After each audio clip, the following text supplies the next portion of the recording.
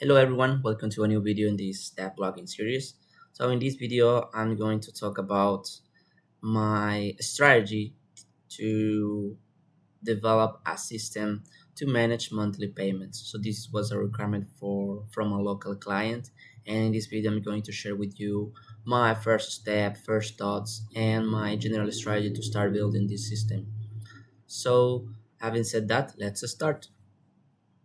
So let's get into the situation. So this client comes to me and told me that he needs a system to manage the payments for their sport club. So the current process is use it's about using Google Sheets, tracking manually, doing manually entries, and from time to time send messages to the different members to say things like, "Hey, you have to pay this week. You are delayed with the payments," and things like that. Of course, during the conversation, the client asked more things for this system, but I identify that the first module or the first or the most important requirement was this.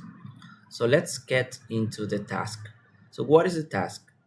Of course, we are in a early stage for this project, and this task would be to first outline the stack, write down what would be the workflow to deploy the app in a scalable way and in a cheap way. Why this is important? Because this client is, despite the fact that they need this system, he is still a small client, relatively. Of course, he would be the only one user, and he has about at most 60 members for these that they will be using this system.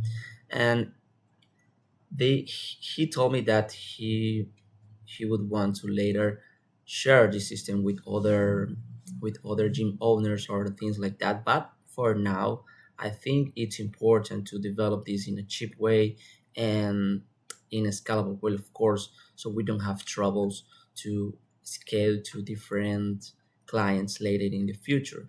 Okay, so that is the task. Outline the stack, uh, um, outline the workflow to deploy this in a scalable and cheap way. Okay, what will be the action? Okay, so the action for me, the first action or the first steps, let's say, is to do a quick search and look for similar tools. Of course, as software engineers or software developer, we should try to not reinvent the wheel, of course, when possible. And I do a quick search. I look for different projects that could be helpful for me, but I did not found one project that was acceptable for this task. They had a kind of old interface, and they had a plenty of models that for me this wouldn't be necessary. So I just came to the conclusion that it would be better to just start this from scratch. So, as I said before, I was concerned about the costs since this is a client with few users and low frequency of usage. So, I I started some questions to Gemini, of course, because I had my ideas, but I wanted a second opinion. And we came to the conclusion that it would be good to use a serverless architecture and use Firestore as the data layer, just to keep everything in the same provider, in this case Google Cloud. So Google Cloud suggested to use Firestore because it tells me that sorry uh, Gemini told me that Firestore has a very nice free tier. Specifically, I think it has about 50k reads per day and about 20 or 30k writes per day in the free tier, which is great in this case for this client. So I'm not going to I'm not to I won't have to pay a lot of money just for the few times that this user uh, would use the app. Forgive the redundancy. Okay, so as I said before,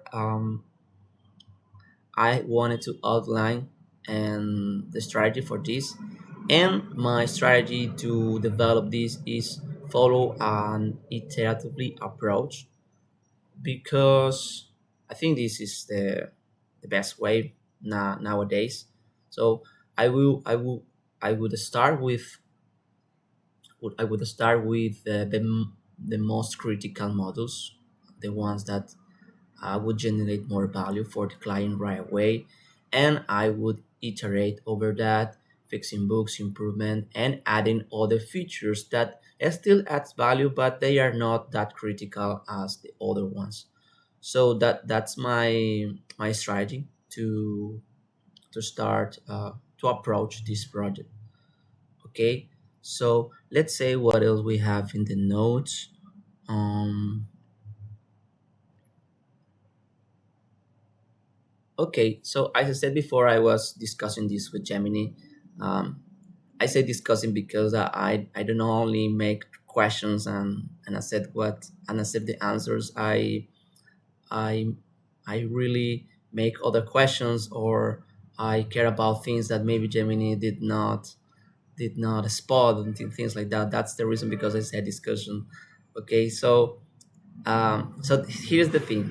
Okay, after this discussion, here's the thing. We have kind of the stack that we're going to use. Just for you to remind, I am a software engineer. I have experience with Python, and I use Python for most of my projects in the back end. And for the front end, I'm currently using React because it's like the most popular tool for front end development in the market right now. So the solution or the stack would be as following. It would be Python for the back end. I would follow an app first design. I would use React for the front end. I would Dockerize this app and I would put this into a serverless architecture using Google Cloud Run, which it's a tool where I would only have to pay for the few uses that this user would have, as I said before. And I was concerned with something, specifically with Firestore, because it's a tool that I haven't worked before, and I have worked with Postgres locally and used pgadmin for the user interface to deal with the data locally. But in this case, I hadn't worked with Firestore before, and I had this concern about how to have a Firestore instance locally. So Gemini suggested that there is, or let's say Gemini told me that there is this tool called Firestore Emulator. Firestore Emulator. That's basically it mirrors what I would do with Postgres and pgadmin image locally. Okay, so in that sense, I'm covered. I should try that. And so that was the action. This whole discussion, this whole planning, this whole thinking about the stack and the things to do solve my concerns about cost, about scalability, and let's see what is the result. So where's the result? I have the candidate stack. The candidate stack. I have, as I said before, I have Python, React, Google Cloud Run, Firestore as the data layer, and I have the steps to deploy this with minimum cost. Remember, we're going to use Firestore and rely on the free tier. And we're going to use Cloud Room, and we're going to just pay if necessary, of course. Remember, because this app it's supposed to have a very low frequency of usage compared to the usage to the usage that would generate a considerably amount of money to pay in Google Cloud. But this whole thing it's still scalable. Remember, we can scale using this Firestore data layer and scale using Cloud Run. And later we can scale if we need more to support more clients and things like that. Okay, so that's the result, and this so that's the result for this task. And so we have the stack, we have the strategy, and we have the result, and this is what we're going to use to start uh, programming and developing the first modules, and also trying to develop the first version of the app. So so that's it for the video. Thanks, guys, for watching, and I see you in the next video.